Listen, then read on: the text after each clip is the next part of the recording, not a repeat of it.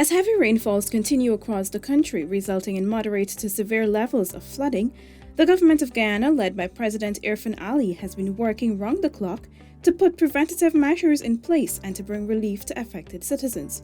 Already, a number of interventions have been made to ensure the impact is significantly reduced.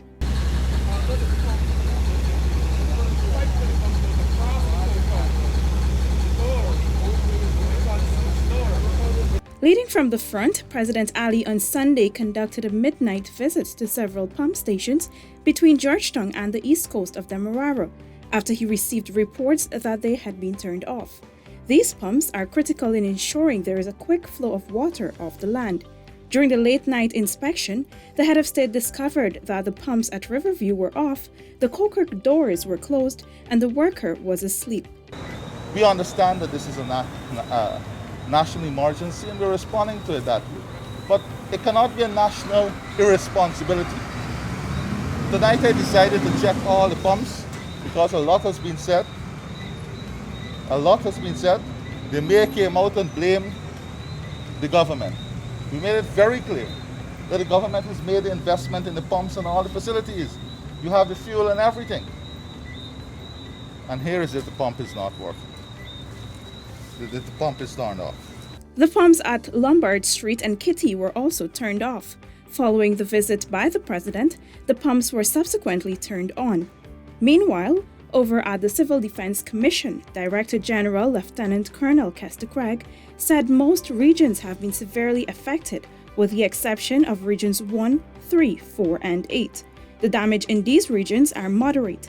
However, the CDC has been working throughout to conduct needs assessments and to pack food hampers and cleaning agents for distribution to affected residents. We continue to pack hampers. As a matter of fact, we have a system where hampers are being packed almost on a 24-hour basis. And those hampers will be dispatched and sent to different regions based on the impact assessment provided and the level of impact in the communities. So we're packing both cleaning and food hampers to distribute to those regions. The Commission has also established temporary shelters in Region 9 and 10 to provide a safe space for residents who are severely affected, as promised by President Ali.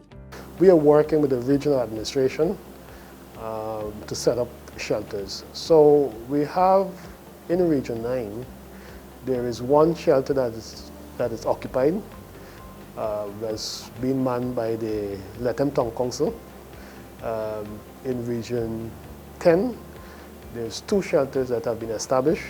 The shelters were indeed established by the CDC, but as far as possible, we're looking to have the Neighborhood Democratic Council and the Regional Democratic Council support the management of the shelter. But the shelter in Region 10 in Kokwani, one is at the Kokwani Primary School. The Director General said while the high tides ended on Sunday, and this will bring some relief for some residents, the flooding situation in Regions 9 and 10 is being caused by external factors that cannot be controlled. In Region 9 and Region 10, the situation there is a bit different. And there is solely dependent on the amount of rainfalls. Region 9 is not only rainfall in Guyana, but rainfall in the Rio Branco and the Rio Negro rivers in Brazil. So once those rivers are crest their banks, and we're having that same, and right now you're experiencing that in Brazil, you're going to have the significant impact in Region 9. Minister of Public Works Honorable Bishop Juan NIGEL is currently in Region 10 visiting communities and delivering over 4,000 hampers, which were promised to residents by the President following a visit to Kokwani on Saturday. Upon his arrival, Minister NIGEL met with the local community council and organized the distribution of much-needed food hampers and cleaning agents for the hundreds of affected residents from areas such as Hurururu, its satellite community Bamboo Village, and Landersville. He also checked in on the progress being made with the shelters, which are being built by the Civil Defense Commission and the regional officials to house affected families. Ministers of the government also fanned out to Region 9, where most villages have been affected. Minister of Local Government and Regional Development Honorable Nigel DHARAMLALL, Minister of Natural Resources Honorable Vikram Bharat, and Minister of Housing and Water Honorable Colin Crowell journeyed to the region where they provided hampers and brainstormed ideas to bring relief to residents. Today we are actually taking supplies into the Rupununi River. There are 3 villages that are heavily affected by flooding. Crashwater, which is close by, Rewa, and up to the confluence of the Rupununi and Essequibo rivers, that is Apateri. Apateri is also, and Rewa, both affected by COVID as well. So today we are sending hampers into the area, 50 hampers each. We expect that all the households are going to receive this type of support from us. We have found out too that some homes are flooded, and we have to set up some shelters in all of the villages, especially on the high ground areas where the schools are. Minister DHARAMLALL also noted that while the government is focused on ensuring that homes are secured and persons are safe during this time, efforts are also being made and will be made to ensure support is also provided after the water has receded. In this first phase will basically be crisis management. In the second phase will be the support to infrastructure development and also to do repairs and rebuild, and also to secure livelihoods. At this point in time, we are focused on making sure that people are safe. We're making sure that homes are secure. We're making sure that there is good health within the community and other communities. And we're also making sure that there is enough food to sustain the communities at this point in time. Minister Crowell said the government has been able to provide much needed help to many of the communities, and this effort will continue until every person is reached. Assessments are also being conducted in Iowa, Quarry, and Mokomoko for relief efforts to be undertaken.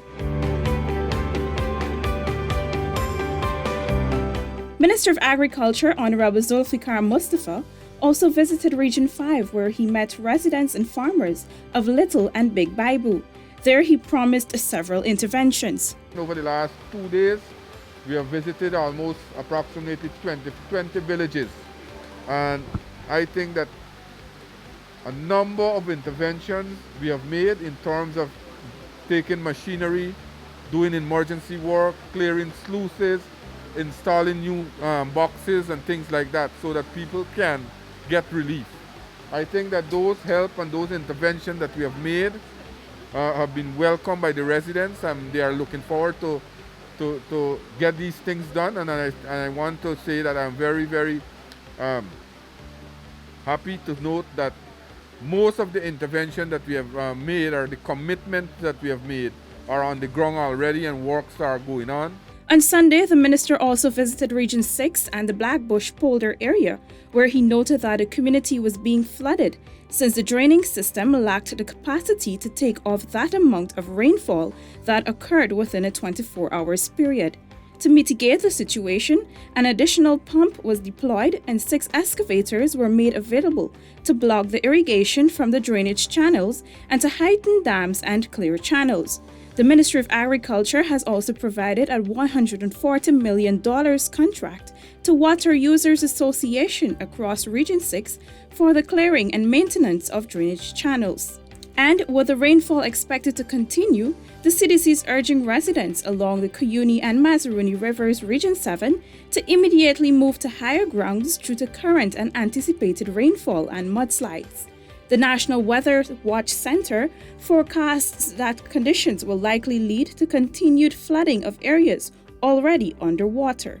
Residents are also urged to take the necessary precautions to safeguard life and property against flooding, heavy winds, and mudslides. Residents should construct barriers to keep floodwaters from entering your home, turn off utilities and disconnect appliances, move important items to an upper floor, and move outdoor furniture indoors to a higher level. If advised to evacuate, do so immediately.